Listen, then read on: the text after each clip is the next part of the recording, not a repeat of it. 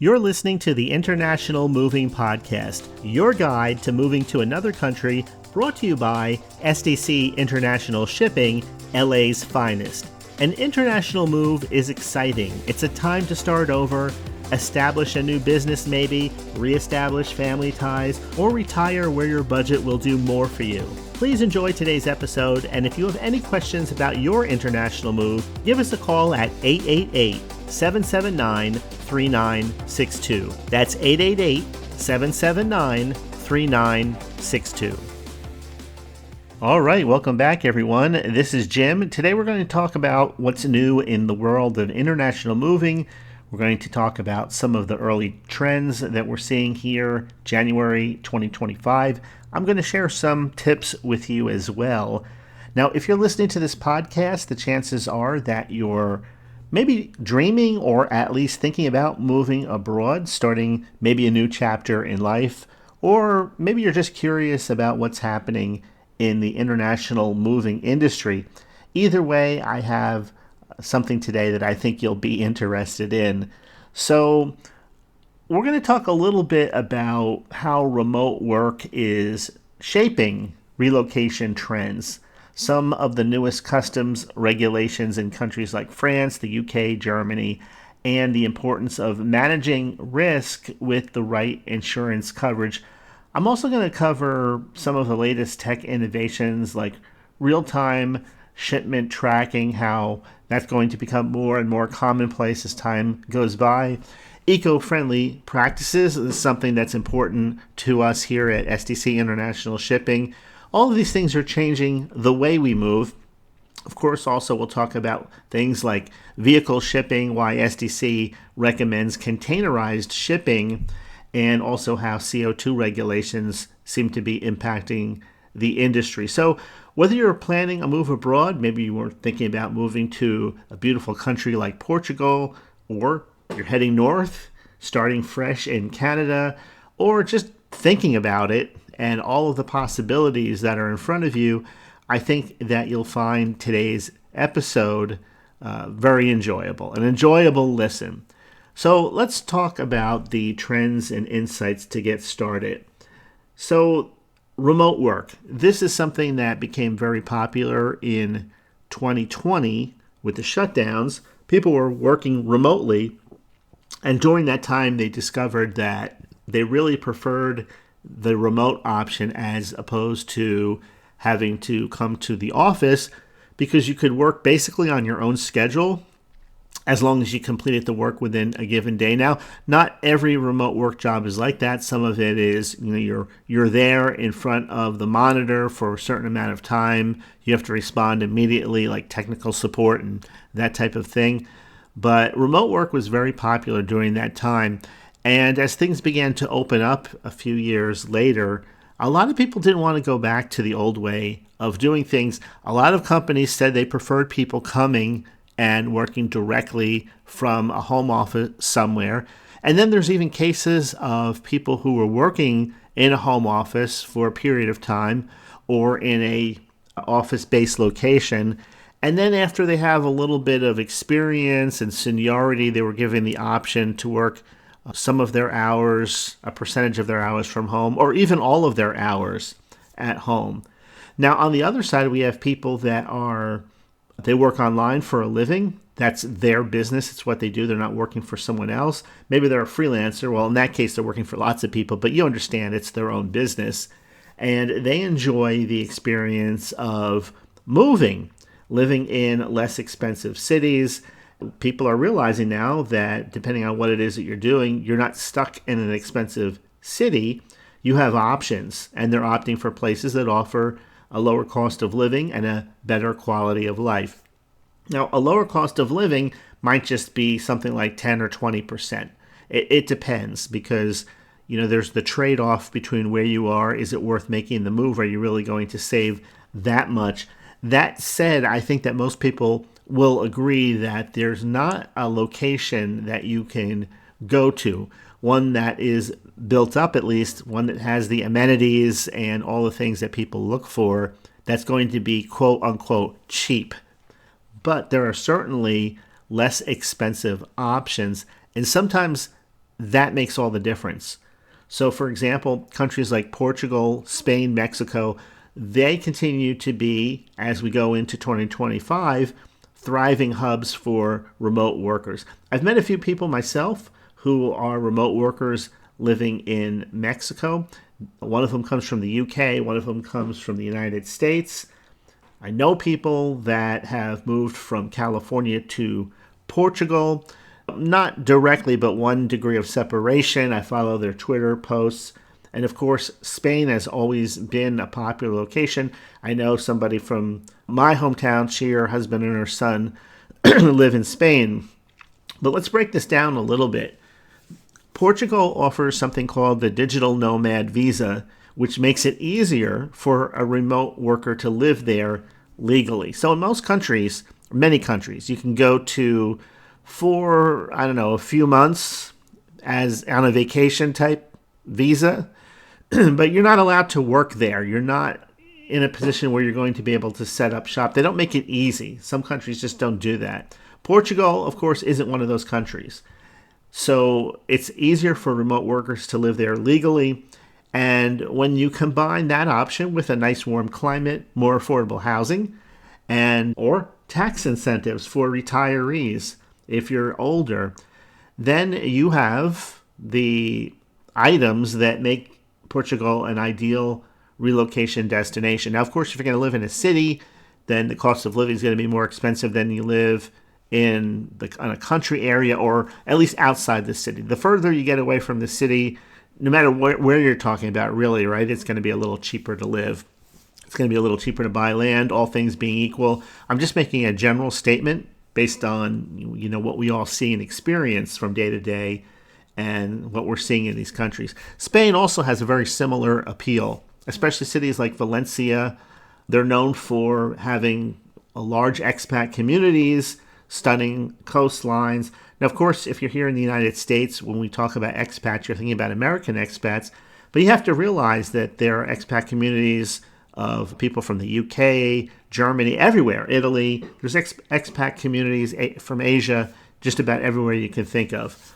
Now, Mexico is one of the countries that continues to attract Americans due to the proximity, the affordability, and the diverse landscape. So you can relocate to a bustling, active city like Mexico City, or you can look for a smaller beach town type of setting. But remote work isn't just about individuals because entire families are relocating. Parents are seeking out countries with strong international schools, safe communities. If you're living in a big city here in the United States, then you know from experience, even if not, if you follow the news, that safety is an issue for a lot of people in bigger cities, places like New York and Los Angeles and Chicago. So parents look for safer communities, better places to raise kids. And if you're moving with kids, you'll know what paperwork you'll need is essential because you'll need school enrollment documents, proof of vaccination, and that type of information in place when you're making your move. Of course, most people, they don't just pack up and move, doing everything online. There's a lot of things you could do 100% online without ever having to leave your desk, so to speak. But when it comes to international moving, it makes more sense to at least vacation in the desired destination or very close to it. Take several weeks and get a feel for what the place is like in person. Most people do that. People do the same things when it comes to moving here in the United States. Before I moved, we decided that we were going to take enough time to actually come here, where I'm making this recording, to the state of Florida. That was many years ago now, but it doesn't seem that long. And just check out what areas were a better fit, what area was the best fit. The one area that we first looked at was a little bit expensive. It happens to be the area that I'm living in now, so we live just north of here. But you only get so much from brochures and other people's experiences and watching videos, of course. And they say it's also good to, when you're considering renting in an area or buying there, to visit that location several times not just in the day, but also at night, because a lot of places transform at night. And so you get an idea, is this area going to be noisy? Is it quiet all day long? Some areas are quiet all day and they're noisy all night. And also very early morning hours. Get an idea also of everything else. If the internet's important, you want to know what type of internet service is available there and so on. Of course, everybody has different items that rank higher on the importance scale. If you're working from home, you're working online, of course, connectivity is going to be huge. All right, let's talk a little bit about customs regulations, because moving isn't just about packing the suitcases, getting the boxes packed, and having the logistics handled by an international moving company, because every country has its own rules. And being aware of these rules helps you stay ahead of everything so that you don't run into an unnecessary delay or cost. Now, if you work with an experienced international moving company like SDC International Shipping, then you're going to be assigned a relocation expert that understands that particular country that you're moving to, understands customs from A to Z. They'll work with you to make sure that everything is done properly. If you're kind of going with a cheaper company or doing it on your own, there's things that you definitely have to be aware of. And things change from year to year. For example, right now, moving to France requires a change of residence certificate, and this document proves that you've lived outside the EU for at least a year and are now relocating permanently. Without it, you can face up to 50% in import taxes on your household goods. That's quite a bit. In the UK, we have what I talked about in a previous episode, the transfer of residency or tour. And that simplifies the whole process of having your household goods imported duty-free. In other words, you don't have to pay fees and taxes, just like you would in the example I was just talking about with France. But you need to apply online well in advance in both situations. This isn't something that can wait till the last minute. Or you could be, again, paying things ahead of time and then trying to get that money back on the back end simply because you did it too late. In Germany, items like household goods must be owned and used for at least 6 months before shipping. So understanding all of these details is critical for a smooth move. Customs is something that the average person does not keep on top of unless they've gone back and forth several times and they're keeping up with the changes. And of course, at the beginning of each new year, that's when the latest changes go into effect. Some of them aren't even published yet. Well, they are, but you have to know where to go to look for them. So this, again, is where working with experienced international mover like SDC International Shipping can help you quite a bit. Vehicle shipping. You may be shipping a car, a motorcycle, other kinds of vehicles internationally. Yes, it can be a little bit complicated, especially with the rise of the latest CO2 regulations. They're stricter than ever. But first, let me just say this, that SDC always recommends 100% of the time when you're moving with your family, containerized shipping over ro-ro or roll-on, roll-off. That's RO-RO shipping. Why? Safety. When you opt for containerized shipping, your vehicle is stored securely in a private container, protected from potential damage during the loading and unloading. But with roll-on, roll-off, your vehicles are driven onto a ship. They're exposed to everything.